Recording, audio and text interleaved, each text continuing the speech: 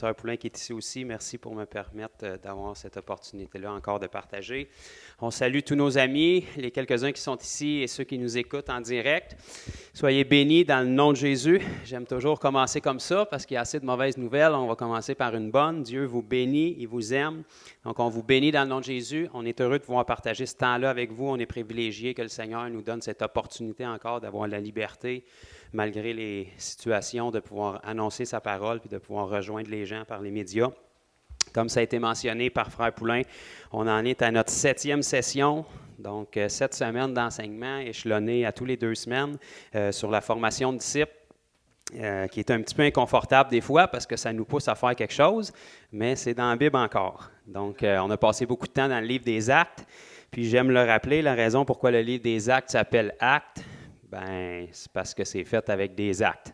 Sinon, ça s'appellerait la théologie des apôtres, les théories des apôtres, la connaissance des apôtres, l'apprentissage par cœur des versets des apôtres, mais c'est pas ça, ça s'appelle les actes des apôtres et des disciples qui ont suivi ces apôtres-là. Puis c'est le plus beau modèle d'évangélisation qu'on a dans la parole d'ailleurs, puisque le reste de notre Nouveau Testament sont des lettres s'adressant déjà à des chrétiens. Donc, les seuls endroits où on peut voir des conversions, où on peut voir le modèle que Jésus nous donne pour que son Église se développe, bien, c'est dans le livre des Actes principalement. Donc, on remercie le Seigneur de nous avoir donné ce modèle-là. Et puis, on va s'efforcer de tenter de le suivre le plus possible. Puis ce soir, 7e semaine, un petit rappel, comme je fais toujours, pour tous ceux qui n'ont pas suivi les sessions jusqu'à maintenant. Toutes les sessions sont archivées sur le Facebook de l'Église Salut et Délivrance, puis éventuellement se retrouveront sur le YouTube de l'Église au nom de Daniel W. Poulain et sur mon YouTube, Jonathan Bouchard. Si vous n'avez pas écouté les autres sessions, on vous encourage fortement à le faire. Et je commence toujours chaque session par faire un petit récapitulatif. Ce soir, comme ça a été dit, on va couvrir ce qui a trait au témoignage de Jésus, parce que c'est une partie extrêmement importante de la vie de disciple, naturellement. Donc, dans les 3 premières sessions, on avait couvert le livre des Actes en entier pour voir tout simplement, noir sur blanc, comment est-ce que Jésus a fondé son Église, puis comment est-ce qu'elle a commencé à se répandre et rejoindre le monde entier, en sorte qu'aujourd'hui, ici en Amérique, on connaît le Seigneur Jésus, bien qu'on n'est pas juif, puis on est 2000 ans plus tard. Et on a vu dans le livre des Actes que la même ligne directrice a toujours été la même. Il s'agissait toujours de serviteurs, que ce soit des apôtres, que ce soit quelqu'un dans le ministère ou que ce soit des disciples qui sont venus au Seigneur par le message des apôtres. Ça s'est toujours passé à travers des signes miraculeux, des signes de puissance, puis les personnes concernées se servaient de l'opportunité pour annoncer le message de l'Évangile, et dans la foule, il y avait toujours des gens qui se convertissaient au Seigneur Jésus. Donc, on a pu voir ça à travers le livre des Actes, ce scénario-là qui se répétait encore et encore.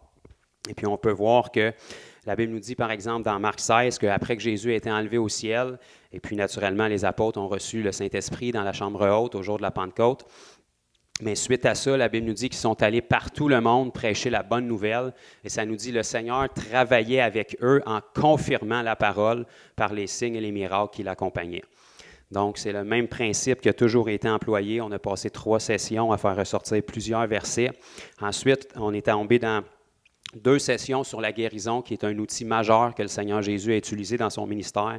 C'est un outil majeur aussi que les apôtres ont utilisé, puis que les disciples ont utilisé dans le livre des Actes. Et la dernière session, on a passé du temps dans la délivrance, parce que c'est un des autres points qui était prédominant dans la vie de Jésus, la guérison et la délivrance. C'est les choses que Jésus a le plus utilisées. Et c'est ce qu'on peut voir aussi au niveau du livre des Actes pour les apôtres puis les disciples de la première génération de l'Église. Et cette semaine, je voulais vraiment terminer cette session-là à travers un autre point qui est souvent négligé, qui est l'esprit du témoignage ou le témoignage de chaque enfant de Dieu. Donc, on a vu qu'on a des très bons outils qui sont la guérison et la délivrance. Et on avait mentionné aussi, naturellement, que tous les dons de l'Esprit sont à notre disposition. Okay, les 9 dons de l'Esprit dont 1 Corinthiens 12 nous parle, mais on a fait ressortir dans ces sessions-là principalement la guérison et la délivrance parce que c'est les 2 qu'on retrouve le plus présents dans la vie de Jésus et celle de l'Église primitive. Mais il y en a aussi un autre qui est souvent négligé, qui ne doit pas prendre la place de la guérison, de la délivrance et des dons de l'Esprit, mais qui ne doit pas être négligé non plus, et c'est le témoignage. Ce que l'Église primitive avait, que beaucoup de gens aujourd'hui ont perdu ou n'utilisent pas, tout simplement parce qu'ils n'en ont pas, malheureusement, c'est un témoignage. Et les disciples ont commencé, Jésus avait choisi, vous le savez, 12 disciples. Naturellement, Judas a fait fausse route, mais il a été remplacé par Matthias. Donc, ces 12 hommes-là, accompagnés de tous les autres qui étaient dans la chambre haute au départ pour un total de 120, ils ont débuté l'Église du Seigneur Jésus avec quelque chose à raconter, parce qu'il avait expérimenté quelque chose. On se rappelle dans Acte 1, Jésus avait dit à ses disciples, « Attendez à Jérusalem ce que le Père a promis, et vous recevrez une puissance, le Saint-Esprit surviendra sur vous. Dans quel but? Pour être ses témoins. » Okay? Ce qui catégorise un témoin, que ce soit dans le naturel ou dans le spirituel, c'est quelqu'un qui a été témoin de quelque chose, qui a quelque chose à raconter. Il fait juste relater une histoire duquel il a été témoin. Donc, en tant qu'enfant de Dieu, chaque enfant de Dieu, peu importe qui vous êtes, peu importe comment vous avez connu le Seigneur Jésus, on devrait avoir un témoignage et éventuellement des témoignages. Donc, les apôtres ont commencé comme ça et on va le voir ce soir. Souvent, on voyait les apôtres dire « Nous ne pouvons pas nous taire. On ne peut pas s'empêcher de dire ce qu'on a vu et entendu. » Ils avaient été témoins de trop de choses pour garder ça pour eux. Et ça, c'est un outil extraordinaire parce qu'un témoignage, c'est à prendre ou à laisser. Ce n'est pas négociable, ça relate un fait qui est déjà arrivé. Donc, on est d'accord ou on n'est pas d'accord, mais on ne peut pas revenir en arrière. C'est comme dans le naturel. Moi, si je relate un fait, puis je viens vers vous pour la première fois, puis je me présente, et je me dis « Bonjour, je m'appelle Jonathan Bouchard, je mesure 6 pieds environ, je pèse environ 200 livres et j'ai les cheveux châtains. » Même si vous me dites « Non », ben c'est ça pareil. Donc, je ne suis pas en train d'argumenter avec vous, je ne suis pas en train de vous demander une opinion, je ne suis pas en train de vouloir des commentaires, je suis en train de vous expliquer un fait. Donc, un témoignage, c'est comme ça. C'est quelque chose que quelqu'un a vécu. Et comme la vie chrétienne est basée fondamentalement sur une expérience, c'est inévitable qu'il nous faut des témoignages. On se rappelle que la chrétienté, c'est basé en partant sur une résurrection. Donc, déjà là, on a quelque chose de quand même bien à raconter qui est extraordinaire. La vie de chaque enfant de Dieu, pour devenir un enfant de Dieu, ce n'est pas une décision intellectuelle, ce n'est pas un courant à la mode, ça prend un miracle. Ça prend le miracle de la nouvelle naissance. Donc, fondamentalement, même si on ne veut pas s'appuyer sur des expériences plus que sur la parole, parce que la parole est toujours notre fondement, la vie chrétienne en elle-même s'appuie dès le départ sur une expérience, qui est l'expérience de la nouvelle naissance qu'on obtient par la repentance et la foi en Jésus. Donc, n'importe qui donne sa vie à Jésus, qui devient un disciple du Seigneur Jésus, un enfant de Dieu, qui reçoit le Saint-Esprit, en partant, il y a une expérience à raconter, parce que quand Jésus rentre, il faut que la marche change. On ne peut pas rester le même. Donc, si on n'a pas de témoignage à raconter, c'est parce qu'il y a quelque chose qui cloche avec l'expérience qu'on a vécue. Et bien souvent, l'expérience est absente. Donc, en partant, chaque enfant de Dieu, on se doit de vivre une expérience personnelle avec le Seigneur. Et à partir de cette expérience-là, on a déjà un outil, même si on connaît très peu la Bible, on est capable de dire ce qu'on a vécu, ce qu'on a expérimenté et ce que Jésus a fait dans notre vie. Et à mesure où on marche dans ce qu'on va lire aujourd'hui, qui sont des actes, comme les actes des apôtres ou les actes des disciples 2000 ans plus tard, eh bien, ces actes-là vont nous permettre d'avoir d'autres témoignages. Parce qu'on va voir Jésus à l'action à travers nos vies et on va voir Jésus à l'action dans nos vies. Donc, tous ces témoignages-là sont un poids puis un outil aussi que le Seigneur nous donne en tant que disciples pour pouvoir raconter aux gens. Parce que votre témoignage ne touchera pas certaines personnes, mais certainement, il y a des personnes qui vont être touchées parce que vous avez vécu.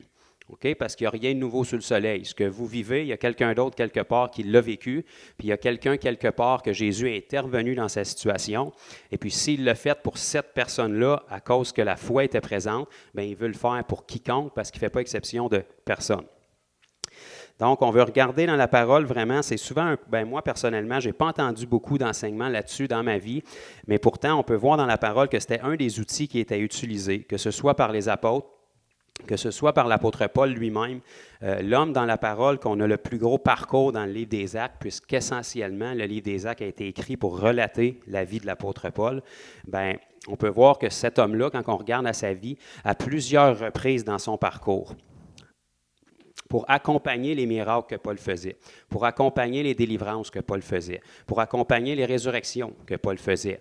On peut voir qu'à différents endroits, quand il se retrouvait devant certains groupes de personnes, il utilisait son témoignage personnel pour leur présenter l'Évangile. Donc, si l'apôtre Paul le fait et qu'il a eu des bons résultats, eh bien, on veut être ses imitateurs comme il l'a été lui-même de Christ. C'est encore dans nos Bibles. Donc, j'aimerais ça qu'on rouvre ensemble pour débuter. C'est un petit peu paradoxal parce qu'on va débuter dans l'Apocalypse. Fait qu'on va rouvrir dans Apocalypse 19 ensemble, juste un tout petit verset.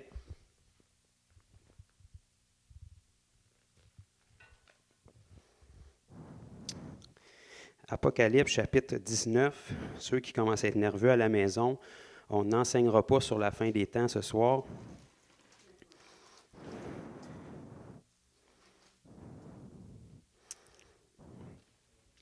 Donc, on va voir ici tout petit verset, je vais juste le faire ressortir. Ça nous dit dans Apocalypse chapitre 19 et le verset 10. Je tombais à ses pieds pour l'adorer. Ici, naturellement, on parle de l'apôtre Jean qui avait eu cette vision-là à la fin de sa vie sur l'île de Patmos où il était exilé parce qu'il prêchait trop l'Évangile. Ils se sont dit, il faut arrêter ça, fait qu'on va l'envoyer sur une île pour limiter les dommages. Donc, l'apôtre Jean ici avait eu une vision, naturellement, la révélation de toute l'époque jusqu'au retour du Seigneur et même après. Et ici, ça nous dit, je tombais à ses pieds pour l'adorer, mais il me dit, l'ange lui a dit ça, « Garde-toi de le faire. Je suis ton compagnon de service et celui de tes frères qui ont le témoignage de Jésus. Adore Dieu. » OK, jusque-là, on dit amen à ça. Regardez bien la partie B du verset. L'ange lui a dit, « Car le témoignage de Jésus est l'esprit de la prophétie. » OK, ce que ça veut dire, là, c'est ce qui est écrit dans le fond. Le témoignage de Jésus, ça veut dire le témoignage de Jésus. Il y a juste un Jésus. Donc, quand on rend témoignage à ce que Jésus fait, c'est l'esprit de la prophétie.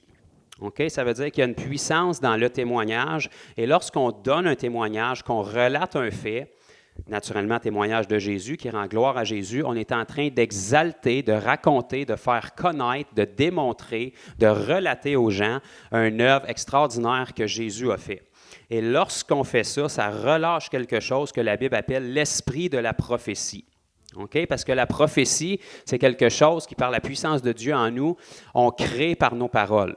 Donc, lorsqu'on raconte une œuvre merveilleuse que le Seigneur a déjà accomplie, duquel on a été témoin, que ce soit dans nos vies, que ce soit à travers nos vies pour toucher quelqu'un d'autre.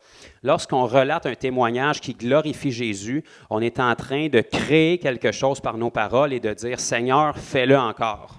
Parce que si tu le fais pour moi ou pour telle personne à tel moment de ma vie, tu fais exception de personne. Si les mêmes éléments sont présents, l'obéissance, la foi est présente, tu vas le faire encore. Parce que la Bible nous dit qu'il est le même hier, aujourd'hui et éternellement le même. Donc, n'importe quelle œuvre que le Seigneur Jésus a fait dans le passé, lorsqu'on rend témoignage à ces œuvres-là, on est en train de créer le futur et de rendre les opportunités propices pour que ces témoignages-là puissent s'accomplir encore. C'est pour ça, d'ailleurs, qu'on a le livre des Actes. Ça nous relate des choses qui se sont passées. Mais si le Seigneur a cru bon de nous mettre ces choses-là pour qu'ils soient préservés jusqu'à la fin des temps, pour qu'on en prenne connaissance, qu'on en prenne conscience, c'était pour qu'on puisse voir ce que notre Seigneur Jésus, qui était le même Jésus que les apôtres avaient, a fait avec ces simples hommes et femmes-là à leur époque. Donc, s'il l'a fait pour eux, il veut le faire pour nous aussi. Donc, le témoignage a cette propriété-là. On crée une atmosphère de surnaturel, on crée une atmosphère de foi. Souvent, on a de la difficulté à croire dans quelque chose parce qu'on n'a jamais entendu parler ou on ne l'a jamais vu. L'être humain est comme ça dans le naturel. Quelque chose est impossible jusqu'à ce que quelqu'un le réalise. Et quand quelqu'un le réalise, on fait « Wow! » On est capable d'aller plus loin. Ça devient possible tout d'un coup. Qu'est-ce qui a changé? Pas la circonstance. Parce que quelqu'un l'a accompli, notre perspective face au problème change. Donc, avec le Seigneur, c'est la même chose. Lorsqu'une maladie semble insurmontable, lorsqu'on entend un témoignage de quelqu'un qui a été guéri de cette maladie-là, on fait « OK, c'est pas trop gros pour le Seigneur. S'il le fait pour cette personne-là, il va le faire pour moi. » Lorsqu'on voit une catégorie de démons particuliers qui semble être problématique, puis une montagne, puis quelqu'un partage un témoignage qui a été délivré de cette oppression démoniaque-là spécifiquement, on peut s'appuyer et dire, OK, si Dieu le fait pour lui, il veut le faire encore. Cette montagne-là est surmontable. Donc, c'est cet esprit-là que le témoignage produit. Pour certaines personnes, le témoignage ne les touchera pas, mais pour d'autres personnes, le témoignage va venir mettre une envie en eux. La Bible dit qu'on dégage l'agréable odeur de la connaissance de Christ par nos vies. Le témoignage est un excellent moyen de faire ça. Quand les gens entendent les témoignages de ce que Dieu a fait pour nous, ce qu'on veut, c'est créer une sainte jalousie dans leur vie. Okay? On ne veut pas quelque chose de malsain. On veut qu'ils tombent en amour avec notre Jésus. Puis parce qu'on n'est pas possessif, on veut le partager. Okay? On n'est pas jaloux de notre Jésus. En fait, on veut que le plus de monde possible l'aille. Okay? Parce que Jésus, c'est le seul époux qui peut aimer tout le monde sans être infidèle. Donc, on veut non seulement qu'il nous aime, mais on veut que tous les autres que Jésus aime déjà puissent découvrir son amour. Et ça, c'est une puissance qui est scellée puis cachée dans le témoignage. Mais pour pouvoir témoigner de quelque chose, encore une fois, il faut avoir été témoin de quelque chose. Et ça ne dépend jamais de Dieu. Ça dépend toujours de nous.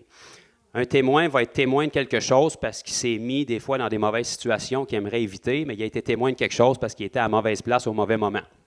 Donc, nous, on veut être à la bonne place au bon moment. On veut être témoin de toutes les œuvres que le Seigneur fait. Puis ce qui est extraordinaire avec le Seigneur, c'est que les situations, c'est nous qui les créons.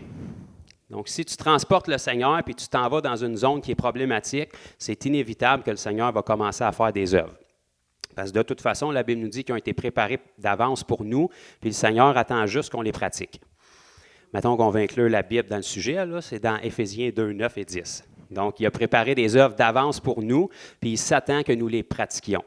Donc, chaque œuvre que le Seigneur a préparée d'avance, qu'on accomplit, devient un témoignage. C'est comme un outil qu'on met dans notre ceinture d'ouvrier. Et puis, lorsqu'on part avec ça, on peut rencontrer quelqu'un, peu importe son opinion, peu importe son comportement, peu importe comment il se sent aujourd'hui, on peut lui témoigner de ce qu'on vient de vivre. C'est à prendre ou à laisser, mais il est trop tard, c'est arrivé. Okay? Donc, même si Satan et tous les démons de l'enfer feraient une crise de nerfs, ils ne peuvent pas effacer le fait que Jésus est déjà allé à la croix. Jésus les a déjà vaincus. Jésus est déjà ressuscité. Jésus a déjà été meurtri pour les maladies de l'humanité. Donc ça, c'est un fait accompli. On peut en témoigner, puis il n'y a aucun démon de l'enfer qui peut faire aucune crise de nerfs pour venir changer ça. Donc c'est un témoignage qu'on rend. Et quand on expérimente la réalité de ces choses-là dans nos vies, bien, ça devient des témoignages qu'on peut partager aux gens. Et c'est souvent ce que les apôtres et les disciples de l'Église primitive utilisaient. Et puis, on va regarder les passages ce soir où ça a été utilisé. Puis, ce qu'on veut, c'est que, naturellement, si vous avez suivi cette formation de disciples-là, vous voyez la responsabilité qui est attitrée à un disciple. Donc, on se doit d'être actif. La Bible nous dit qu'un disciple, c'est simplement quelqu'un qui est comme son maître. Donc, la Bible nous dit, le disciple n'est pas plus grand que le maître, mais tout disciple accompli. Okay? Donc, si on est un disciple qui ne veut pas être accompli, bien, on perd notre temps, puis il faut peut-être se remettre en question sur à quel point on est disciple, parce que le principe d'un disciple, c'est de devenir comme son maître. Mais tout disciple accompli, la Bible nous dit, ou mature, ou formé, sera comme son maître. Okay? Donc, on se doit de désirer les choses et de désirer la vie que Jésus avait. Et à ce moment-là, si on vit de cette manière-là, on aspire à ça, c'est inévitable qu'on va vivre des choses, puis on va commencer à avoir des témoignages. Et ces témoignages-là vont devenir désirables pour les gens autour de nous. Parce que dans le témoignage de Jésus, on rend toujours témoignage aux œuvres du Seigneur, l'esprit de la prophétie est caché. Donc, on est en train de créer des opportunités pour que le Seigneur refasse encore ce qu'il a fait pour nous dans la vie de d'autres personnes. Donc, on retourne dans le livre des Actes. Dès le chapitre 4 du livre des Actes, on était au début de l'Église. Naturellement, la Bible nous dit que Jésus était la pierre angulaire de son Église et que les pierres de fondation étaient les apôtres sur lesquels maintenant l'édifice est construit. Donc, la fondation de l'Église s'est faite à travers les apôtres et on peut voir ici dans le livre des Actes, un des premiers endroits dans Actes chapitre 4, où est-ce que les apôtres se sont retrouvés face à des gens, ils ont utilisé cette technique-là du témoignage. Okay? Ils l'ont utilisé toujours conjointement avec le surnaturel. J'aime ça le répéter. Je veux que vous soyez tannés de m'entendre le dire, mais c'est dans la Bible pareil. Donc ici, déjà dans les premiers chapitres, on peut voir qu'il y a eu du surnaturel au jour de la Pentecôte. Ça a fait 3000 conversions. Ensuite, il y a du surnaturel dans le chapitre 5, où est-ce que quelqu'un est guéri et puis ça amène encore 5000 conversions supplémentaires. Et ici, dans le chapitre 4, on va voir à partir du verset 19.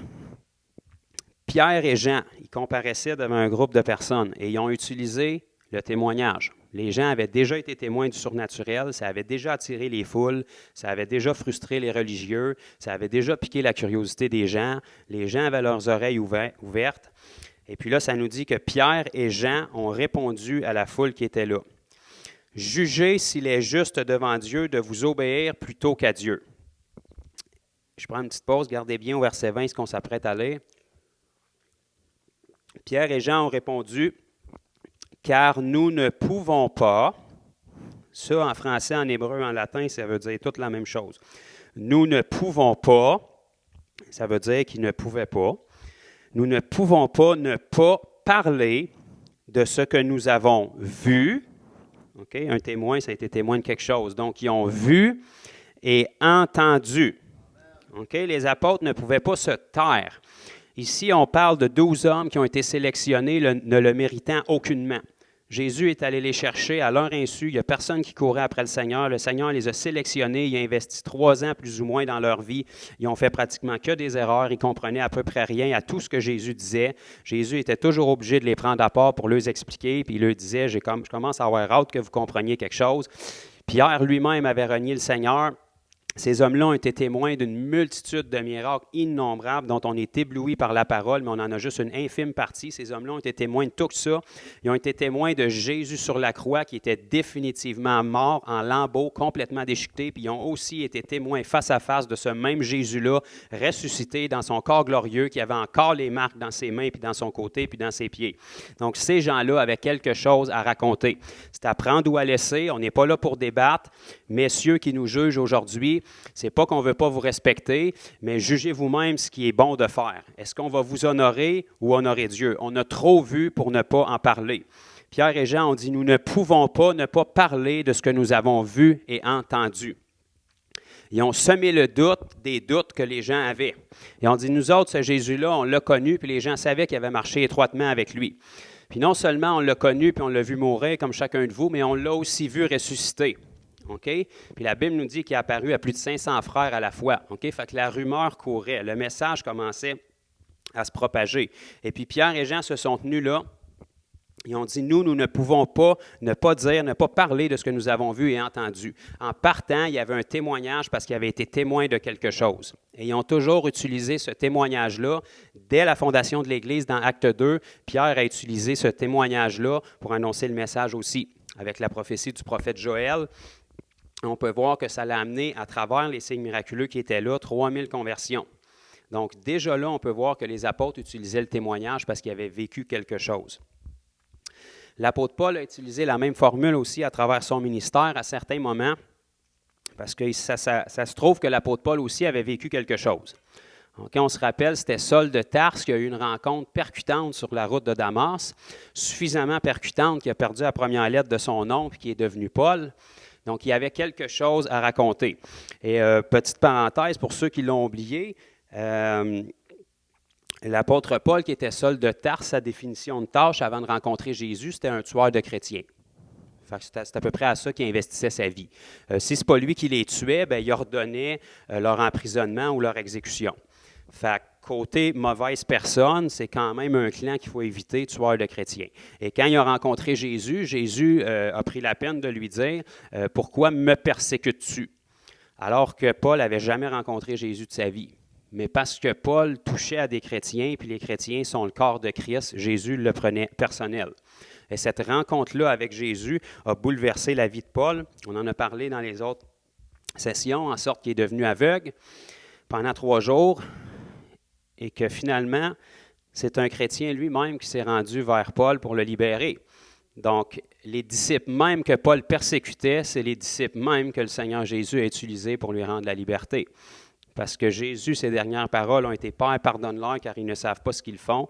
Et même après sa résurrection, il n'a pas changé d'attitude. Il pouvait regarder Saul de Tarse en disant « Je lui pardonne car il ne sait pas ce qu'il fait ». Puis la preuve qu'il ne savait pas ce qu'il fait, c'est quand l'Esprit est venu sur lui et qu'il s'est converti, la journée même, il s'est levé et il a commencé à prêcher la parole. Pourquoi? Parce qu'il y avait la lettre qui tuait avant, mais quand il a reçu l'Esprit a commencé à donner la vie puis il a commencé à annoncer la vérité. Donc ce même Paul-là a utilisé le témoignage aussi. Et j'aimerais ça qu'on regarde rapidement aussi dans Actes chapitre 8. Un autre passage extraordinaire, où est-ce qu'ici, on voit un boss boy qui défaisait des tables, qui s'est dit, moi, si je défais les tables, même si je suis rempli du Saint-Esprit, je suis capable de faire plus que ça. C'est-à-dire, je suis capable de défaire les tables remplies du Saint-Esprit, je suis capable de servir la nourriture remplie du Saint-Esprit, mais mon ministère, c'est pas de défaire les tables. Ça, je suis capable de le faire, c'est naturel. Mon ministère, c'est d'être un témoin comme tout le monde. Fait que si tu es une maman à la maison qui m'écoute, si tu es une serveuse dans un restaurant qui m'écoute, si tu es un boss boy dans un restaurant qui m'écoute, ton premier ministère, si tu connais le Seigneur Jésus, c'est d'être un ambassadeur de Christ et tu peux faire ça malgré ton travail séculier. Et Philippe en est un bon exemple. Philippe qui passait en Samarie, même s'il était boss boy, il s'est dit, je pourrais peut-être en profiter pour prêcher le Christ. Ce serait une bonne chose à faire, tant qu'à avoir un petit voyage en Samarie. Et puis, comme Jésus avait déjà préparé le terrain, en touchant une femme au puits de Jacob durant son ministère, qui est allée elle-même évangéliser la Samarie, il y avait déjà des gens qui étaient prêts et ouverts à entendre le message là-bas. Et on peut voir dans Actes chapitre 8, verset 5. Philippe étant descendu dans la ville de Samarie, il prêcha le Christ. Donc, il aurait pu prêcher une multitude de choses. Il s'est dit, on va y aller avec le Christ parce qu'il est ressuscité, lui. Donc, Philippe avait été témoin de certaines choses. Il avait expérimenté quelque chose. Lorsque les apôtres l'ont nommé comme diacre ou aide pour défaire les tables et pour servir les gens, la Bible nous dit que c'était un homme qui était rempli du Saint-Esprit. Okay? Donc, ça nous dit, les foules entières, au verset 6, étaient attentives à ce que disait Philippe lorsqu'elles apprirent et virent les miracles qu'il faisait. Donc là, il y a une multitude de personnes qui ont été forcées, parce qu'ils étaient juste au bon endroit au bon moment, à être des témoins. Okay? Ils ont appris, mais ils n'ont pas seulement appris, ils ont vu. Ils ont été témoins de leurs yeux de quelque chose d'anormal. Ils apprirent et virent les miracles qu'il faisait. La Bible va être sûre qu'il n'y a pas de zone grise, donc au verset 7, ça nous le décrit. Car des esprits impurs sortirent de plusieurs démoniaques en poussant de grands cris, et beaucoup de paralytiques et de boiteux furent guéris. Il y eut une grande joie dans cette ville. Okay? Donc, on se rappelle, chaque fois qu'il y a des gens qui sont bénis, délivrés et puis libérés, les seules personnes qui sont frustrées, c'est les religieux. Okay? Pourtant, eux, ils aimeraient mieux que les gens restent malades, esclaves, ça les dérange. Mais tout le reste du monde normal qui ont encore un cœur sont très heureux de voir quelqu'un être libéré, guéri, transformé, quelqu'un qui avait complètement perdu espoir, qui retrouve espoir. Donc, les gens normaux qui ont un cœur sincère sont heureux de voir ça se produire. Et dans la ville de Samarie, les gens ont été témoins de tous ces miracles-là, de toutes ces guérisons-là, de toutes ces délivrances-là démoniaques, et il y a eu une grande joie dans la ville. Donc là, on a un groupe de personnes qui ont été témoins de ces choses-là. Et une grande partie de ces personnes-là, si on continuerait à lire, ce qu'on ne fera pas parce qu'on le fait dans les autres sessions, se sont convertis au Seigneur. Un grand nombre crurent et furent baptisés. Hommes et femmes furent baptisés. Donc, ces gens-là ont commencé leur vie chrétienne avec quelque chose à raconter. Ils pouvaient dire, on a vu dans notre ville, que vous soyez d'accord ou non, que vous y croyez ou non, il y a quelqu'un qui est venu, ce n'était pas un apôtre, c'était quelqu'un qui était là, un disciple du Seigneur Jésus, il s'appelait Philippe, puis avec le nom de Jésus, il a fait des miracles en sorte que les paralytiques étaient guéris, les boiteux marchaient, puis les démons sortaient.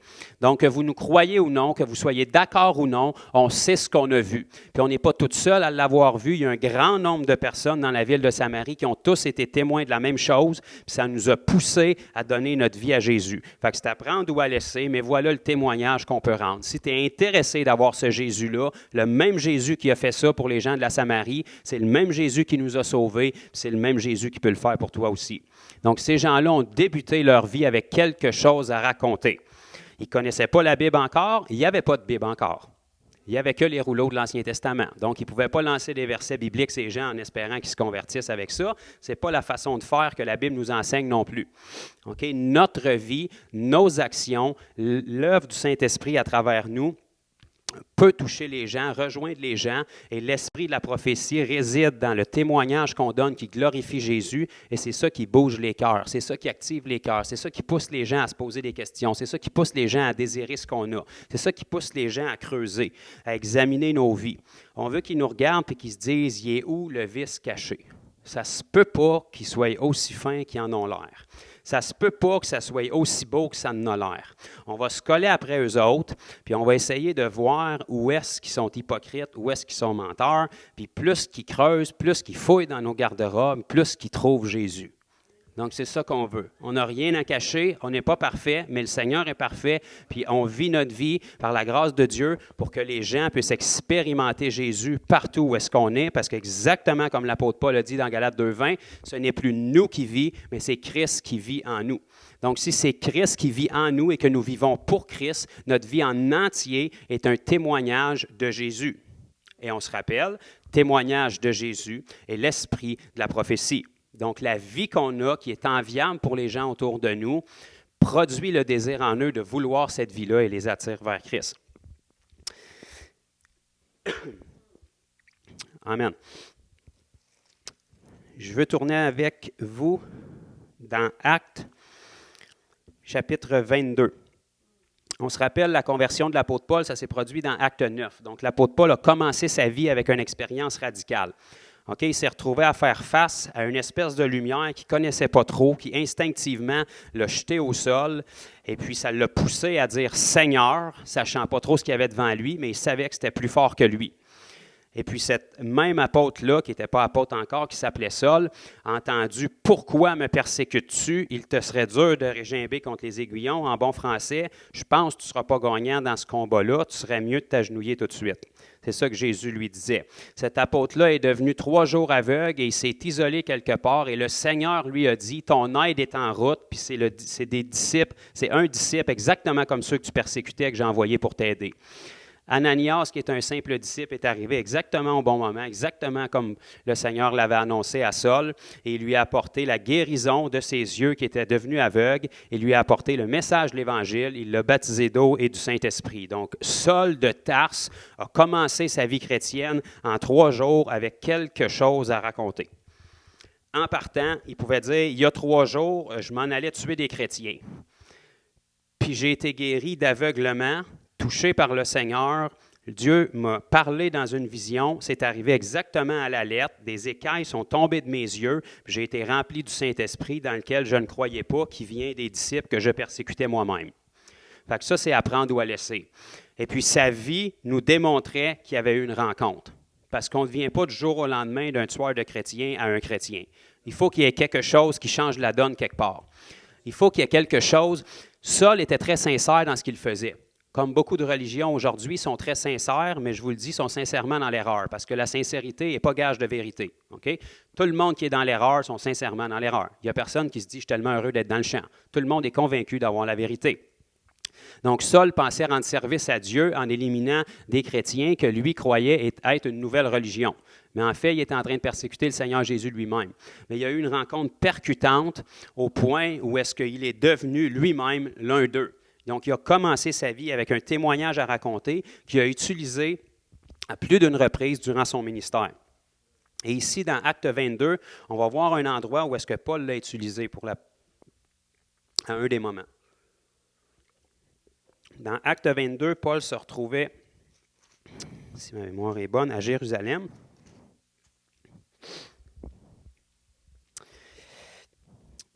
Exactement. Donc, Paul se retrouvait à Jérusalem. Et là, il fallait qu'il se présente et qu'il trouve une façon de présenter le Seigneur Jésus. Donc, quel meilleur moyen pour éviter les arguments et les débats que de leur relater quelque chose qui est déjà accompli. Donc, Paul a décidé de leur donner son témoignage. Voilà qui j'étais, voilà qui je suis maintenant. C'est à prendre ou à laisser, puis vous avez assez entendu parler de moi pour savoir que ma vie a changé.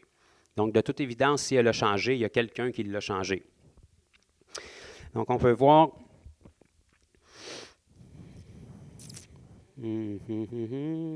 Laissez-moi voir pour qu'on sauve un petit peu de temps. Commençons au verset 6. Acte 22, verset 6. Paul va simplement leur raconter ce qui lui est arrivé.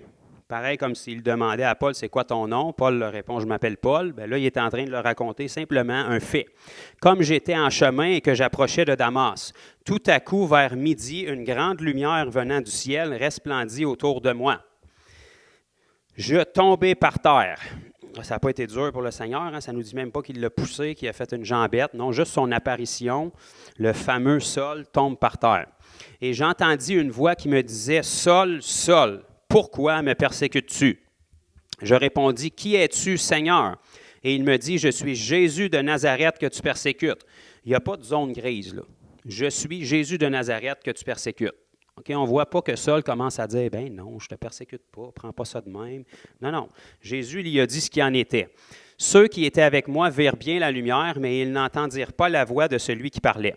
Alors je dis « Que ferai-je, Seigneur? » Et le Seigneur me dit « Lève-toi, va à Damas, et là on te dira tout ce que tu dois faire. » Comme je ne voyais rien à cause de l'éclat de cette lumière, tu sais, quand tu ne vois rien, tu perds vite tes moyens. Là. La simple apparition de Jésus, ça a mis un stop à sa campagne de tuage de chrétiens. Là. Comme je ne voyais rien à cause de l'éclat de cette lumière, ceux qui étaient avec moi me prenaient par la main et j'arrivai à Damas.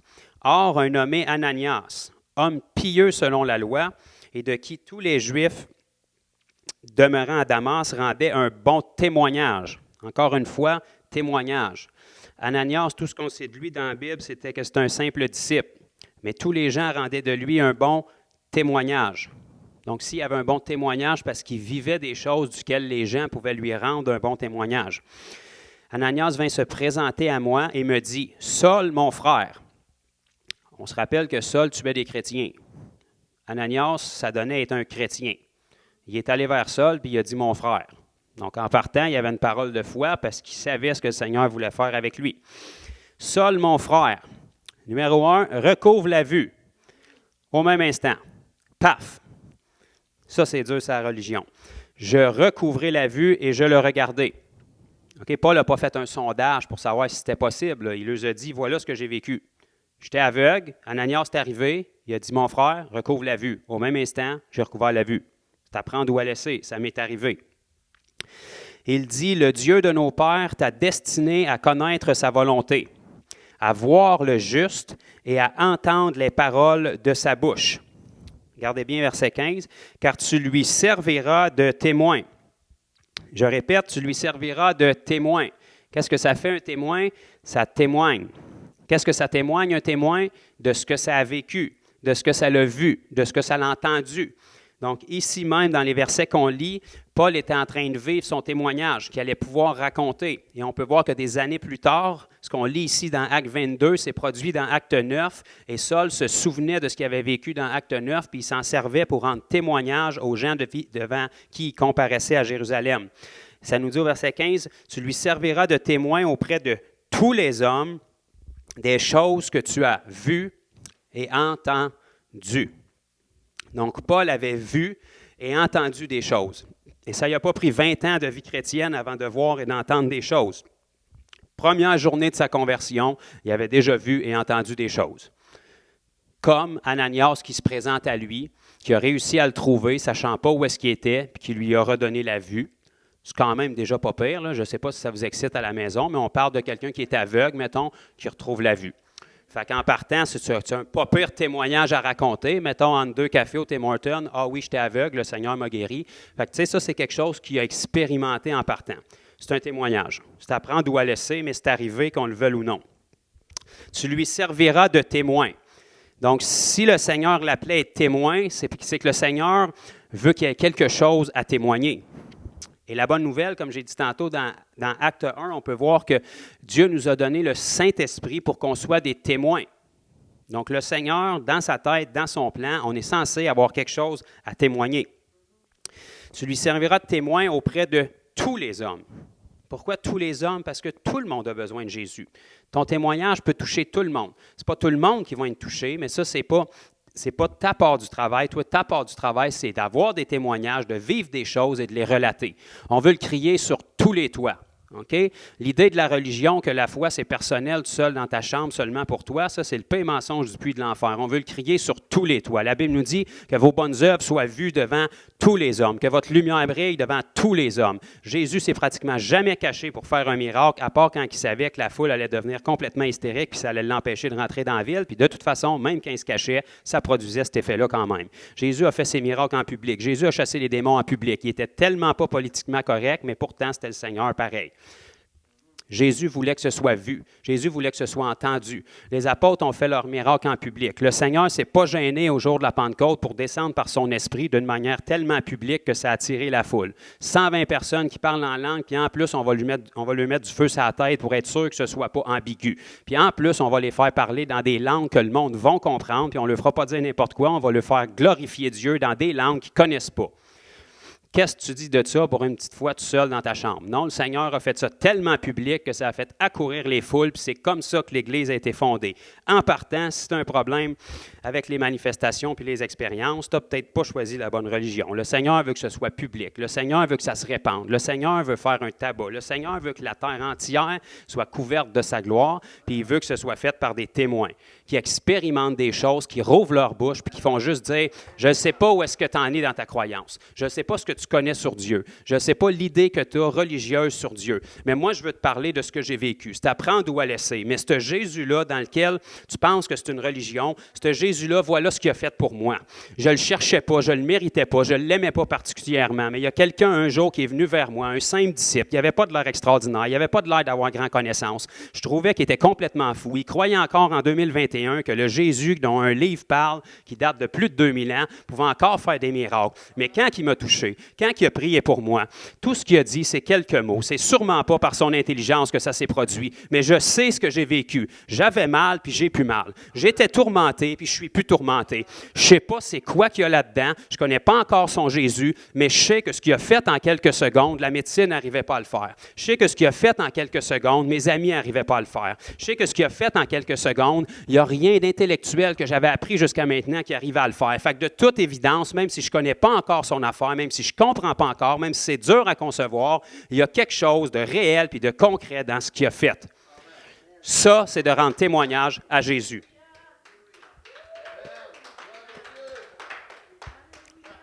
L'Église a commencé comme ça. Les gens aujourd'hui, 2000 ans après, ont toute une opinion de Jésus. À l'époque, personne n'avait entendu parler de Jésus. C'était un inconnu. Il est parti à partir de rien avec un groupe d'hommes. Quelques personnes à Jérusalem avaient entendu parler de sa réputation. Ils avaient entendu parler qu'un prophète faisait des miracles. Mais le message de l'Évangile s'est répandu à toutes les autres nations qui ne savaient pas du tout c'était qui Jésus. Quand tu rentrais dans une ville, tu ne pouvais pas dire « je m'en viens de parler de Jésus ». Personne n'avait aucune idée de quoi tu parlais quand tu disais Jésus. Il fallait qu'il arrive avec du concret. Il fallait qu'il arrive avec un témoignage. Je m'en viens de parler de quelqu'un qui s'appelle Jésus. Je sais que tu ne sais pas c'est qui, que ça ne t'intéresse pas en ce moment, mais voilà ce qu'il a fait pour moi, puis je m'en viens te montrer ce qu'il peut faire pour toi. Peu importe le nom qu'il va avoir, quand il a fait quelque chose pour toi, tu veux savoir ce qui s'est passé. C'est comme ça que le nom de Jésus s'est fait connaître. De toute façon, si vous regardez dans le grec original, puis même dans l'hébreu, le nom de Jésus, ça veut dire Dieu qui sauve. On s'en fout comment tu le prononces. On s'en fout c'est quel tétragramme, c'est quelle voyelle qu'on n'a pas dans notre langue. Le Dieu qui sauve, le Dieu qui se présente à toi, prononce-les comme tu veux. Le Dieu qui te rencontre dans ton besoin, le Dieu qui vient de guérir, le Dieu que cette Bible-là annonce, qui fait encore les mêmes choses 2000 ans plus tard. Le Dieu qui prend ta situation désespérée et qui la transforme en chose glorieuse 2000 ans plus tard. Quand tu as expérimenté Jésus, tu t'en fous comment on l'épelle, tu t'en fous dans quelle langue, tu t'en fous dans quel tétragramme, tu veux expérimenter ce Dieu-là. C'est ça qu'on doit transporter dans nos vies. Ça se fait à travers le témoignage. On doit vivre des expériences, on doit témoigner ce qu'on a vécu pour que les gens désirent ce qu'on a vécu puis que Jésus puisse le faire encore. Parce qu'il veut le faire encore. Amen. J'étais en train de m'emporter. OK. On tourne quelques pages. Si je suis capable de le retrouver, dans Acte 26, pas longtemps après, Paul se retrouve devant du monde important encore. Là, ici, c'était un homme qui s'appelait Agrippa. Fait qu'avec un nom comme ça, il devait être important. Ça ressemble à un variant de COVID, Agrippa. Bon. Dans Acte 26, on peut voir ici que Paul a fait la même chose. Paul se retrouvait devant un autre groupe de personnes. Il ne pouvait pas commencer à leur parler de Jésus. La majorité du monde là n'avait aucune idée de ce qu'il parlait. Jésus, il y a bien du monde qui s'appelait Jésus à cette époque-là. Il n'y a rien de spécial. On ne connaît pas ce gars-là. On a entendu dire qu'il avait vécu, qu'il est mort, mais il y a du monde qui dit qu'il est ressuscité, mais ça ne change rien dans nos vies. Donc, Paul est arrivé avec son témoignage.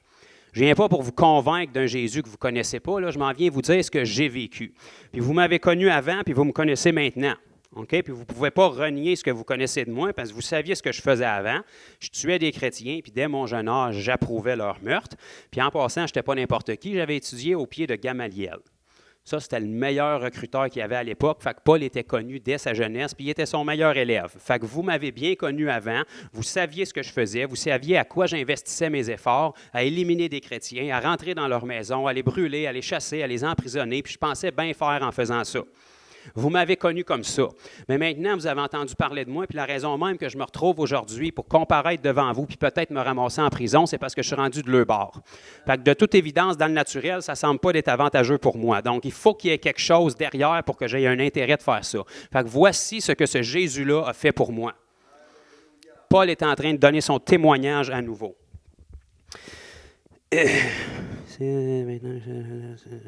OK. Regardez bien, on va avancer un petit peu. OK. À partir du verset 10, Acte 26, 10. Paul leur expliquait qu'est-ce qu'il faisait un petit peu avant pour leur rafraîchir la mémoire, et puis les gens devant qui il comparaissait étaient au courant de sa vie avant. Il nous dit au verset 10, « C'est ce que j'ai fait à Jérusalem. J'ai jeté en prison plusieurs des saints, ayant reçu ce pouvoir des principaux sacrificateurs. Et quand on les mettait à mort, je joignais mon suffrage à celui des autres. Je les ai souvent châtiés dans toutes les synagogues, et je les forçais à blasphémer. Dans mes excès de fureur contre eux, je les persécutais même jusque dans les villes étrangères. C'est dans ce but que je me rendis à Damas. » Okay, ça ne nous dit pas qu'il avait fait un jeûne consacré pour connaître le Seigneur, là. Il se rendait à Damas pour emprisonner, tuer puis maltraiter des chrétiens. Ça n'a même pas fait peur au Seigneur. Face à face avec le Seigneur. Paf! C'est dans ce but que je me rendis à Damas avec l'autorisation et la permission des principaux sacrificateurs. OK, les hommes avaient donné leurs approbations, mais il y a eu un petit pépin en cours de route qui s'appelait Jésus, ça a changé le parcours. Vers le milieu du jour, tantôt on a lu vers midi, donc Paul n'est pas menteur, midi ou le milieu du jour, c'est la même chose. Ô roi, je vis en chemin resplendir autour de moi et de mes compagnons une lumière venant du ciel. Elle venait d'où? Elle venait du ciel. Elle était comment? C'était une lumière. Ça, c'est notre Jésus. Je n'ai pas besoin de te dire Jésus, je n'ai pas besoin d'argumenter sur le tétragramme. C'était une lumière, puis elle venait du ciel, puis elle a fait du bien dans ma vie. Ça a fait un choc sur le coup, parce que la vérité choque toujours sur le coup, mais ça a produit du bien dans ma vie. Je vis en chemin resplendir autour de moi et de mes compagnons une lumière venant du ciel et dont l'éclat surpassait celui du soleil. OK, là, on parle de quelque chose qui peut attirer ton intérêt. Là, si ça surpasse l'éclat du soleil, ça mérite ton attention. Nous tombâmes tous par terre. Wow, le grand sol de Tarse, ça a pris juste un petit éclat de Jésus. Il n'avait même pas parlé encore, puis ça, il était à terre. Nous tombâmes tous par terre et j'entendis une voix qui me dit en langue hébraïque. Wow, le Seigneur parlait même sa langue. Il s'est arrangé pour qu'il comprenne. Saul, Saul, pourquoi me persécutes-tu? Alors, regarde bien ce que je te propose, et ce serait dur de régimber contre les aiguillons.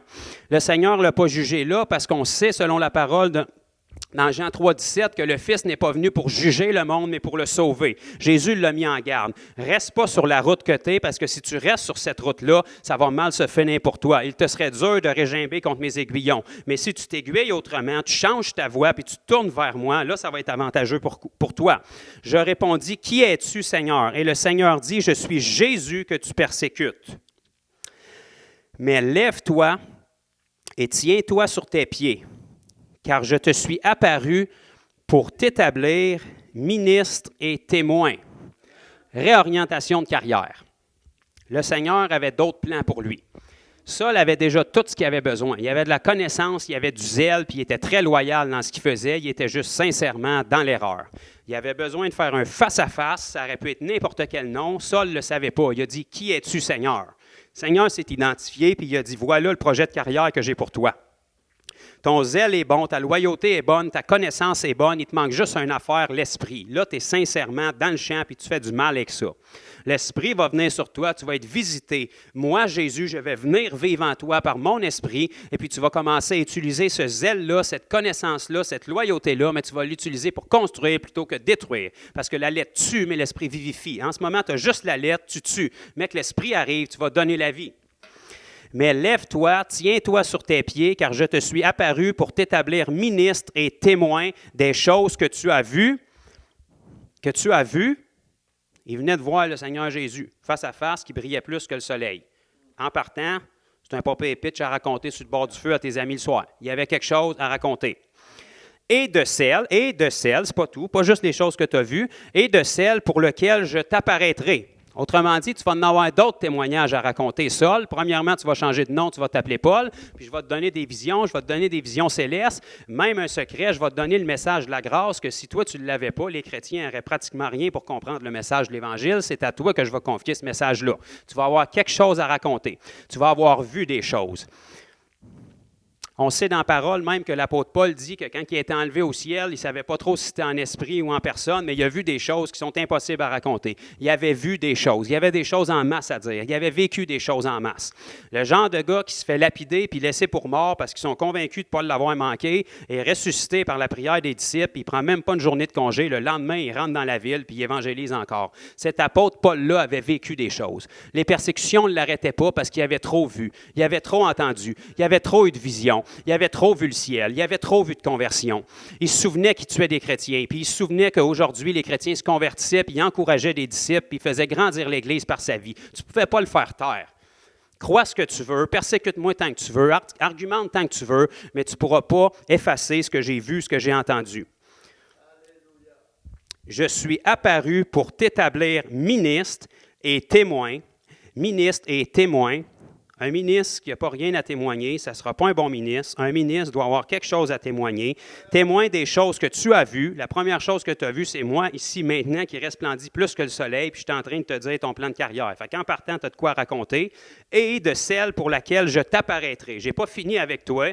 Ta vie qui était complètement utilisée par le diable jusqu'à maintenant pour détruire, moi, je vais l'utiliser pour ma gloire. Je t'ai choisi du milieu de ce peuple et du milieu des païens vers qui je t'envoie, afin que tu leur ouvres les yeux. Okay? L'apôtre Paul lui-même avait besoin d'avoir les yeux ouverts, afin que tu leur ouvres les yeux pour qu'ils passent des ténèbres à la lumière. Quelle meilleure façon pour qu'un homme puisse propager ce message-là que de le mettre dans cette situation-là. À partir de cette rencontre-là, il s'est retrouvé dans les ténèbres pendant 3 jours. Puis je peux te dire que même si la Bible ne nous le décrit pas, quand il a retrouvé la vue, il devait être pas mal content de repasser dans la lumière. Il savait ce que c'était d'être dans les ténèbres, puis il sait ce que c'est d'être dans la lumière. Donc en partant, il peut témoigner avec force, il peut témoigner avec efficacité, il peut avoir pitié des gens, même si c'était des païens puis c'était des non-juifs, il pouvait comprendre ce que c'est d'être dans les ténèbres parce qu'il l'a vécu, puis il peut comprendre ce que c'est d'être dans la lumière parce que lui, il l'a vécu aussi. Donc, son témoignage pouvait rejoindre les gens. Je t'ai choisi du milieu de ce peuple et du milieu des païens vers qui je t'envoie afin que tu leur ouvres les yeux pour qu'ils passent des ténèbres à la lumière et de la puissance de Satan à Dieu, pour qu'ils reçoivent par la foi en moi le pardon des péchés et l'héritage avec les sanctifiés. Wow! Ça a l'air que l'apôtre Paul avait de quoi à dire. Ça a l'air que ça ne le gênait pas puis ne l'intimidait pas un brin de le dire devant un roi, qui avait sa vie entre les mains d'ailleurs. Mais de la même manière que Jésus n'était pas intimidé un brin d'être devant Pilate puis qu'il a même osé y répondre, « Tu n'aurais sur moi aucun pouvoir sauf celui que mon Père te donne. » Ça, si tu n'es pas dans la foi, c'est genre à éviter de dire à un empereur ou à un roi qui a ta vie entre ses mains. Mais Jésus, ça ne l'énervait pas parce que ça n'a jamais été Pilate qui avait la vie de Dieu entre ses mains. Jésus a dit, ma vie, personne ne peut apprendre. C'est moi qui la donne. Fait que si le Seigneur me dit de t'a donné à toi et puis l'autre, ça va être ça. Si c'était un autre, ça va être d'autres choses, mais je ne suis pas stressé. Paul disait, je ne fais aucun cas de ma vie. Donc, comparaître devant Agrippa qui a la destinée de ma vie entre ses mains, ça ne me dérange pas un brin parce que mourir pour le Seigneur, c'est une gloire pour moi. En conséquence, verset 19, Roi Agrippa, je n'ai point résisté à la vision céleste. Comme on a vu tantôt Jean et Pierre au début du livre des Actes qui ont dit « Jugez-en vous-même, messieurs les juges. » Qu'est-ce qui est le mieux, vous obéir ou obéir à Dieu? De toute évidence, on va y aller avec Dieu. Ici, Paul dit « Je sais que je suis devant toi, le roi Agrippa, mais je n'ai point résisté à la vision céleste. Ce que j'ai vécu sur la route de Damas, c'est trop réel pour que je m'empêche de te le dire en ce moment. Puis je suis en train de te donner le témoignage de ma vie. Je ne veux pas te déplaire, je ne veux pas argumenter. Je suis juste en train de te dire qu'est-ce qui m'a amené devant toi aujourd'hui. Je comparais devant toi aujourd'hui juste parce que j'ai rencontré le Seigneur et il a fait ces choses-là dans ma vie. Je n'ai point résisté à la vision céleste, à ceux de Damas d'abord, puis à Jérusalem, dans toute la Judée et chez les païens, j'ai prêché. Wow, c'est encore dans la Bible. J'ai prêché la repentance. Wow! Aujourd'hui, c'est rendu un œuvre quasiment. Quand tu parles de repentance, on dit non, on est sauvé par la foi, mais la repentance est encore dans la Bible, ça a l'air. J'ai prêché la repentance et, c'est pas juste regretter tes péchés, là, parce qu'il y a du monde plein cellule à Bordeaux qui regrette ce qu'ils ont fait, là. Ils ne sont pas sauvés pour autant, là. J'ai prêché la repentance et la conversion, repentance et conversion. Je reconnais que j'ai péché, mais je peux repécher d'une autre avenue. Non, je reconnais que j'ai péché, mais je me convertis, je me détourne de ma mauvaise voie. La repentance et la conversion à Dieu. Si tu reconnais que tu as péché, tu te détournes, puis tu te convertis pour repartir d'une autre voie sans Dieu, tu vas te ramasser dans le champ à un autre moment avec d'autres problèmes. Ça va rien que changer les problèmes de place, mais ça ne les enlèvera pas. Tu te repens, tu te détournes et tu te convertis à Dieu, parce que celui qui vient pour ôter les péchés du monde, c'est Jésus. J'ai prêché la repentance et la conversion à Dieu avec la pratique d'œuvres dignes de la repentance. Wow, un autre blasphème. Des œuvres, on est censé être sauvé par la foi. On est sauvé pour des œuvres. J'ai prêché, la repentance avec la conversion à Dieu, avec la pratique d'œuvres dignes de la repentance. Tes œuvres ne te sauvent pas. Tes œuvres sont là pour démontrer que ta foi est sincère et que ta foi a été capable de te sauver. Si ta foi ne produit pas d'œuvres, qu'est-ce qui te fait croire que ta foi est assez vivante pour te sauver? Il n'y a pas beaucoup d'amen là-dessus de nos jours, mais pourtant, c'est le message que Paul a prêché. Puis, ça donne que c'est le Seigneur qui avait choisi Paul. Fait qu'il devait savoir ce qu'il faisait. Voilà pourquoi, verset 21, les Juifs se sont saisis de moi dans le temple et ont tâché de me faire périr. Autrement dit, roi Agrippa, je ne te cache rien, je te donne mon témoignage de vie. Tu me connais assez pour savoir que c'est vrai. Tu as connu ma vie jusqu'à ce que je rencontre le Seigneur. Tu as entendu parler de la rencontre que j'ai eue avec le Seigneur, puis tu connais la vie que j'ai depuis ce temps-là. Tu en as entendu parler. Donc, voici en détail ce qui est arrivé pour moi. Donc, juge-moi pour la mort si tu veux, juge-moi pour l'emprisonnement si tu veux, mais ça, c'est ma vie, je ne peux pas changer, c'est mon témoignage. Puis ce que j'ai vu, ce que j'ai entendu, ce que j'ai vécu, que ça te plaise ou pas, ça va être ça pareil. Puis il semblerait que ça a eu un bon effet, parce que l'Évangile s'est rendu à nous. Donc, Paul a utilisé le témoignage de ce qu'il avait vu, de ce qu'il avait entendu et de ce qu'il avait vécu. Je vais regarder une dernière écriture avec vous, hors du livre des Actes, dans Jean, 1er Jean, 1er Jean, chapitre 1.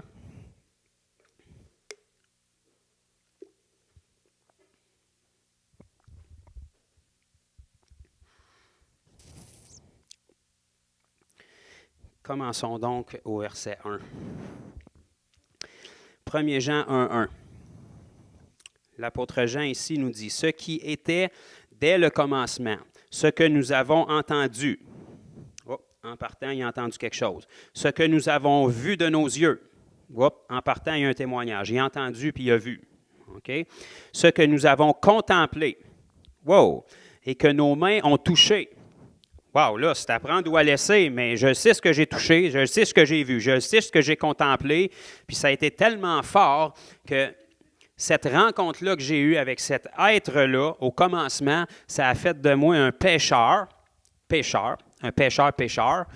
qui est devenu maintenant un disciple qui a donné sa vie pour la cause. Parce que j'ai vu, parce que j'ai entendu, j'ai vu de mes yeux, j'ai contemplé, j'ai touché concernant la parole de vie, car la vie a été manifestée. C'est Jésus en passant. Et nous l'avons vu. Et qu'est-ce que ça dit ensuite? Nous lui avons rendu témoignage. Ils n'ont pas témoigné avant d'avoir vu, parce qu'ils ont eu une rencontre, parce qu'ils ont expérimenté. Jésus a été manifesté, nous l'avons vu et nous lui avons rendu témoignage. Ce qu'ils ont vu était assez percutant qu'ils ont jugé digne de lui rendre témoignage. Et nous vous annonçons la vie éternelle, qui était auprès du Père et qui nous a été manifestée. Ce que nous avons vu, wow, on dirait que le Seigneur a écrit la parole pour mon message à soir, mais il me semble qu'il dit souvent ça, ce que nous avons vu et entendu. Ce que nous avons vu et entendu. Nous vous l'annonçons. Premièrement, ils ont vu des choses, ils ont entendu des choses, puis maintenant, s'ils n'avaient pas ouvert leur bouche, personne ne serait au courant. Mais parce qu'ils ont vu, parce qu'ils ont entendu, nous vous l'annonçons. C'est ça que ça fait un témoin. OK? Si tu vois, puis tu entends, puis tu ne rouvres pas ta bouche, ça ira nulle part. Un témoin qui ne témoigne pas, ça ne sert à rien. On passe au suivant. Mais quelqu'un qui a vu, qui a entendu, qui a expérimenté des choses, puis qui est prêt à nous l'annoncer, ça a de la valeur. Ça va nous faire aider, ça va nous aider à faire avancer le dossier. Ça, on va savoir où on s'en va. On va avoir des témoins oculaires, des gens qui ont expérimenté des choses. Ce que nous avons vu et entendu, nous vous l'annonçons à vous aussi. Premièrement, on voit puis on entend. Après ça, on rouvre notre bouche pour annoncer. À qui? À vous aussi. N'importe qui est prêt à l'entendre. Puis même ceux qui ne veulent pas l'entendre, il va falloir qu'ils dealent avec pareil parce que c'est un fait. Dans quel but? Afin que vous aussi, vous soyez en communion avec nous. Or, notre communion avec le Père et avec son Fils, notre communion est avec le Père et avec son Fils Jésus. Et nous écrivons ces choses afin que notre joie soit parfaite. Donc, encore une fois, lorsque le témoignage de Jésus est annoncé, puis les œuvres du Seigneur Jésus dans la vie des gens, que ce soit des conversions, que ce soit des guérisons, que ce soit des signes miraculeux, que ce soit des délivrances de démons, ça devrait produire la joie. Quand tu as été assez longtemps esclave, quand tu as été assez longtemps dans la misère, quand tu as été assez longtemps à vouloir des réponses, puis là, tu les as tout d'un coup. Le Seigneur Jésus se présente avec sa droite est levée, puis vient te sortir de ton problème. Quelqu'un vient te donner un témoignage que le Seigneur Jésus est intervenu dans sa situation, puis qui est prêt à te sortir de ton problème. Quand tu as été assez longtemps dans la misère, puis que le Seigneur intervient, ça produit de la joie. Puis quand tu es tellement tanné d'être dans ta situation, puis tu es tellement reconnaissant que le Seigneur t'en est sorti, tu ne garderas pas ta bouche fermée. Va falloir que ça sorte. La première affaire que les gens faisaient, quand Jésus lui-même leur disait « Ne dis pas ça à personne », vous pouvez être certain que le prochain verset que vous allez lire, c'est « Ils partirent et le dirent à tous ». Ils rentrèrent dans la ville et l'annoncèrent à tous. C'est plus fort que nous autres. Quand tu es assez reconnaissant de ce que le Seigneur fait, quand tu es assez tanné d'être dans tes péchés, quand tu avais été assez vrai avec toi-même pour réaliser à quel point ta vie était nulle, puis que même si tu as toutes les réalisations, puis que les gens autour de toi envient ta vie, toi, tu vis avec toi-même, puis quand tu es tout seul sur ton oreiller le soir, puis tu ne sais pas si tu vas te réveiller le lendemain, quand même que tu aurais 12 chars dans la cour, 3 amants, puis que ton compte en banque serait bien plein, ça ne te donne pas le bonheur. Tu cherches des réponses, puis tu les as pas. Puis même si tu as un faux sourire sur ta face, quand tu es assez tanné d'être dans ta situation, puis que tu expérimentes ce que c'est d'être avec le Seigneur Jésus, tu ne veux pas retourner pour tout l'or du monde à ce que tu étais. Puis tu vas rouvrir ta bouche pour le raconter parce que tu sais ce que tu as vécu. Tu n'as pas honte de l'Évangile parce que tu sais ce que tu as vécu. Tu as quelque chose à raconter parce que tu sais ce que le Seigneur a fait pour toi. Je ne veux pas te convaincre. Laisse-moi juste 2 minutes pour t'expliquer ce qu'il a fait dans ma vie. Ça, c'est le témoignage de Jésus-Christ qui rend gloire à Jésus. Chacun de nous, peu importe qui raconte le témoignage de Jésus, ce n'est pas parce qu'on le méritait. Il n'y a personne qui ne méritait rien. C'est une faveur que le Seigneur nous a faite de venir vers nous. Pourquoi? Parce que lui ne nous voyait pas pour où est-ce qu'on était. Il se souvenait de la valeur qu'on avait. Quand Dieu regarde à l'être humain, puis il nous enseigne dans sa parole d'ailleurs de juger personne selon la chair, mais selon l'esprit. Dieu, en regardant l'humanité, même dans l'état pitoyable qu'elle est en ce moment, il se souvient encore du premier jour où est-ce qu'il a fait une belle sculpture dans le jardin et qu'il a soufflé dedans. Avant qu'on ressemble à ce qu'on ressemble aujourd'hui, Dieu se souvient de ce qu'il a fait au départ. Puis il n'a pas perdu des yeux une seconde la valeur qu'on a. Pour lui, on a exactement la même valeur parce qu'il ne nous juge pas selon la chair. Et lorsqu'on est restauré dans cette valeur-là, lorsqu'on a une rencontre face à face avec notre Père Céleste, lorsque la vie éternelle rentre en nous, lorsqu'on est libéré de nos chaînes, lorsqu'on rencontre Jésus, qu'on perd tout, qu'on perd nos amis, qu'on perd notre femme, notre char, notre maison, puis qu'on est encore dans la joie, parce que juste le fait d'avoir le Seigneur Jésus dans notre vie, ça a plus de valeur que n'importe quelle de ces choses-là qu'on avait avant. Quelle liberté! Que j'aie l'abondance ou que j'aie rien, je suis dans la joie. L'abondance, je l'ai eu. Du succès, j'en ai eu. Le regard des autres, je l'ai eu. Maintenant, je l'ai tout perdu, puis ça ne me dérange pas, parce que ma dignité, je l'ai mis de côté, puis je sais ce que c'est d'être sans Jésus, puis je sais ce que c'est d'être avec Jésus. Ça n'a pas de prix. Il n'y a pas un ami qui peut remplacer ça. Il n'y a pas une voiture qui peut remplacer ça. Il n'y a pas une maison qui peut remplacer ça. Il n'y a pas un travail qui peut remplacer ça. Si tu es assez tanné d'avoir toutes ces choses-là, puis d'être encore vide, j'ai une petite histoire à te raconter. Donne-moi 2 minutes. Laisse-moi te dire ce que le Seigneur a fait pour moi. Tu ne sais pas c'est qui le Seigneur, c'est peut-être juste intellectuel pour toi, tu peux peut-être débattre c'est quoi son nom, de où qui vient, c'est quoi l'affaire. Je ne veux pas débattre là-dessus, je veux juste te dire ce que mon Seigneur à moi a fait pour moi. Puis s'il l'a fait pour moi, ça veut dire qu'il veut le faire pour toi aussi. La question, c'est es-tu assez tanné? T'en as-tu assez de ta vie ou tu veux continuer à essayer de t'en sortir toute seule? C'est ça le témoignage de Jésus qui est un outil extraordinaire que Dieu nous donne. C'est un des outils merveilleux que le Seigneur a laissés dès le commencement à ses apôtres. Les hommes qu'il a choisis, il les a choisis pour être des témoins. C'est pour ça que ces hommes-là qui ont débuté l'Église, c'est les hommes avec qui Jésus a investi le plus de temps. Les meilleures personnes sur la planète, les plus qualifiées pour parler de Jésus, c'était les gens qui ont vécu avec lui jour et nuit pendant plus ou moins 3 ans. Il y avait quelque chose à raconter. Il n'y avait peut-être pas l'élocution. Jésus a fait exprès de ne pas choisir des génies dans le naturel, mais il y avait quelque chose à raconter. Et puis parce que les gens les connaissaient comme étant des gens pas particulièrement instruits, ils pouvaient savoir que les choses qu'ils disaient, ils n'auraient pas pu inventer ça d'eux-mêmes. Il fallait qu'ils aient vu des choses. Ils les ont connues. Si vous regardez à l'apôtre Pierre dans les évangiles, soyons polis, c'était peut-être pas le crayon le plus aiguisé de la boîte. Okay? C'était plus un homme manuel, il était très impulsif. Mais si vous regardez à l'apôtre Pierre vers ses épîtres d'enfin, il nous donne des profondeurs et des choses extraordinaires. Qu'est-ce qui a changé? C'est-tu son quotient intellectuel qui a augmenté ou c'est l'esprit qui est rentré et qui a transformé cet homme-là? Le même Pierre qui avait renié Jésus 3 fois, c'était le même qui s'est levé en premier, au premier jour de la Pentecôte, quand l'Église a été fondée pour prêcher. Il faut qu'il y ait un changement qui s'est produit. Ce n'est pas parce qu'il est intelligent qu'il fait ça. On le sait, c'est un pécheur. Puis en plus, il était malhonnête. Fait qu'il faut qu'il y ait quelque chose qui ait changé cet homme-là pour qu'il puisse nous parler comme il nous parle aujourd'hui, parce qu'il est en train de nous réciter la prophétie du prophète Joël. Puis c'est un pécheur qui n'a jamais été plus intéressé que ça au livre saint. Pourtant, il est là debout, puis il prêche avec audace, et puis de toute évidence, le Seigneur doit être avec lui parce qu'il parle dans des langues qu'il ne connaît pas. Il y avait quelque chose à raconter. Pierre avait quelque chose à raconter. Les apôtres avaient quelque chose à raconter. Monsieur Pierre, sa première rencontre avec le Seigneur Jésus, avant même qu'il sache qu'il s'appelle Jésus, ça a été la pêche miraculeuse. Cette rencontre-là avec Jésus a fait qu'un homme pécheur, qui ne pensait probablement pas à Dieu une minute quand il s'est levé ce matin-là, quand il a tiré son filet de l'eau, du moins il a essayé de le tirer, puis il a vu la quantité de poissons qu'il y avait là, les premières paroles qui ont sorti de la bouche de Pierre, c'est « Retire-toi de moi, je suis un homme pécheur ». En partant, il y avait quelque chose à raconter.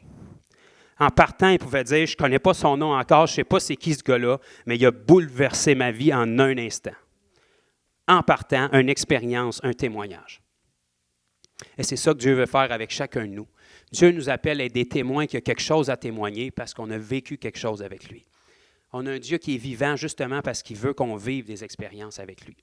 Il ne faut pas négliger le témoignage et souvent, c'est quelque chose qui est négligé pour la simple et bonne raison que les gens ne savent pas par où commencer parce qu'ils n'ont pas de témoignage. Mais Dieu veut qu'on ait un témoignage. Dieu veut que dès le début, notre vie chrétienne commence par un miracle qui est la nouvelle naissance. Ça, c'est une expérience concrète. Ça ne s'apprend pas d'un livre, ça ne se croit pas avec la tête. C'est un miracle qui nous change à l'intérieur de nous, qui change notre nature. Donc, en partant, chaque enfant de Dieu, même s'il n'a jamais lu la Bible de sa vie, il part avec un témoignage qui est capable de dire aux gens, voilà comment j'étais, voilà ce que cette force-là, ce Dieu-là, que je ne connais pas encore, ça a l'air qu'il l'appelle Jésus, mais j'ai cru en lui, puis il a fait ça dans ma vie en partant. On part avec un témoignage et à mesure qu'on avance, à mesure qu'on obéit, à mesure qu'on est assez fou pour croire sa parole, qu'on se met disponible. Dieu ne cherche pas des vases parfaits, sinon il ne fera jamais rien. Il cherche des gens disponibles. Disponible. J'ai dit disponible. Si le Seigneur a passé à travers un âne pour corriger son prophète, je pense que vous valez plus qu'un âne. Jésus a dit lui-même à Jérusalem, si les enfants ne crient pas à la gloire de mon nom, les pierres vont le faire. Fait que si Dieu peut passer à travers une pierre, arrange-toi pas pour qu'il choisisse la pierre avant toi. Mets-toi disponible. Tous les gens qui ont la pierre comme nom de famille, je vous salue, c'est pas ça que je voulais dire. Donc, mon épouse d'ailleurs. Donc, le Seigneur veut qu'on soit disponible. Il ne cherche pas des vases parfaits, il cherche des gens qui sont disponibles, à travers qui il peut passer. Et à mesure où on avance avec Dieu, puis qu'on vient exercer, à voir la puissance de Dieu agir, puis à vivre des expériences, on accumule des témoignages. Et ces témoignages-là sont des outils qu'on met dans notre ceinture pour répandre le message de l'Évangile. Voilà ce que le Seigneur a fait pour moi. Voilà ce que j'ai vu le Seigneur faire à travers moi. Ça va toucher les gens tôt ou tard quelque part. Il y a quelqu'un quelque part, même si en apparence, même si sur le coup, il peut sembler très fermé, cette voix-là va résonner dans son cœur lorsqu'il va se coucher le soir. Puis tôt ou tard, soyez pas surpris que quelques jours après, une semaine après, quelques mois après, peut-être un an après, ils vous contactent et ils vous disent « Tu te souviens ce que tu m'avais dit l'année passée? » Je pense que ça va assez mal pour que j'y laisse une chance à ton Jésus. Je pense que ça va assez mal pour que je te laisse une opportunité de prier pour moi. Les médecins ont dit on ne peut plus rien faire. Fait que tout d'un coup, que ton Jésus pourrait faire de quoi? Oui, mon Jésus veut faire de quoi? Je suis content que tu m'en parles. Ça aurait été le fun que tu me laisses l'année passée, mais là, tu es encore en vie, c'est ça qui compte. On va se mettre sur ton cas, puis le Seigneur va faire de quoi? Tout d'un coup, que ton Jésus serait réel. Je suis content que tu en parles. Voilà ce qu'il a fait dans ma vie. Un témoignage. Le Seigneur veut qu'on ait des témoignages, et je voulais clôturer cette formation de disciples-là avec ça, pour donner les meilleurs outils aux gens. La guérison, c'est un outil que le Seigneur nous donne, qui a été toujours utilisé, qu'on ne peut pas contourner dans la parole. La délivrance des mauvais esprits, c'est associé à ça aussi. Le témoignage, notre témoignage personnel, nos témoignages qu'on vit, c'est tous des outils que le Seigneur nous donne pour qu'on utilise tous naturellement, conjointement, avec le message de l'Évangile. Okay? Votre témoignage ne sauve pas les gens, les guérisons ne sauvent pas les gens, les délivrances ne sauvent pas les gens, mais ça ouvre les cœurs, par exemple, pour que le message puisse être annoncé. Et ces choses-là travaillaient toujours ensemble. L'apôtre Paul ne faisait pas juste donner son témoignage. Il donnait son témoignage à des gens qui se demandaient pourquoi tous ces miracles-là arrivaient dans sa vie. Sa réputation le précédait. Pourquoi? Parce que les miracles étaient autour de lui. Il ne courait pas après les miracles le suivaient. Les miracles accompagnent ceux qui croient. Les miracles attirent les regards, les miracles ouvrent les oreilles, les miracles piquent la curiosité. Puis les gens veulent savoir c'est qui, c'est quoi, comment. Et là, c'est là qu'on donne notre témoignage et c'est là qu'on donne le message de l'Évangile. C'est la porte ouverte, c'est la plateforme. On va dire, vous avez toute la foi, arrêtez de la mettre ailleurs, déposez-la sur le message de l'Évangile et le voici. La Bible nous dit comment croiront-ils s'ils ne l'entendent pas? Puis comment vont-ils l'entendre si personne n'est envoyé pour l'annoncer? Dieu nous donne son message clair dans la parole, puis il dit c'est qui a choisi pour l'annoncer? C'est toi.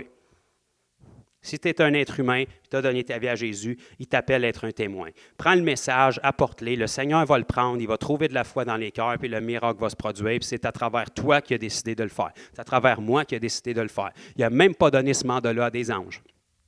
C'est le privilège que tu as. Pas parce que les anges ne seraient pas capables, peut-être qu'en ce moment, ils seraient plus capables que nous. On est supérieurs à eux dans l'éternité, mais en ce moment, on est encore pris dans cette enveloppe-là. Mais le Seigneur nous a destiné ce message-là.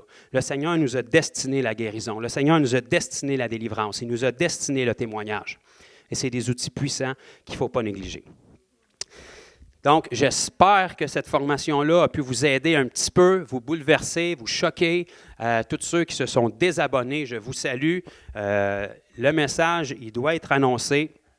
Et puis, ce qu'on veut vraiment, c'est que les gens fassent face à la réalité, à ce que la parole nous enseigne. La vie de disciple n'a jamais été nulle part, je sais qu'aujourd'hui, c'est très populaire, mais dans la parole, ça n'a jamais été nulle part question d'une vie passive. On est appelé à être actif, on est ici en guerre, on est ici pour un but. Le Seigneur a des attentes envers nous. On n'est pas sauvé par nos œuvres, mais notre foi, plus elle est pure, plus elle est sincère, elle se doit de produire des œuvres. Et le Seigneur nous donne clairement des lignes directrices dans sa parole pour nous orienter dans ces œuvres-là, pour qu'on sache comment faire les choses, parce que les gens qui nous ont précédés l'ont fait d'une certaine manière, puis ont eu du succès. Et le Seigneur veut qu'on serve d'eux comme nos prédécesseurs, qu'on suive leurs pas et qu'on puisse prouver que la parole est encore aussi efficace aujourd'hui si on met les mêmes paramètres à la disposition des gens. Quiconque est disponible pour le Seigneur marche dans une vie de guérison, marche dans une vie de délivrance, rouvre sa bouche pour témoigner autour de lui, que ce soit favorable ou non, c'est à prendre ou à laisser. Le Seigneur a fait trop de choses dans ma vie pour pas que je t'en parle. Si tu veux m'adresser à la parole, c'est ça qui va sortir. Si tu ne veux pas m'adresser à la parole, pas de problème, passe une bonne journée, je vais aller au suivant. Mais il faut que je dise à quelqu'un ce que le Seigneur a fait dans ma vie.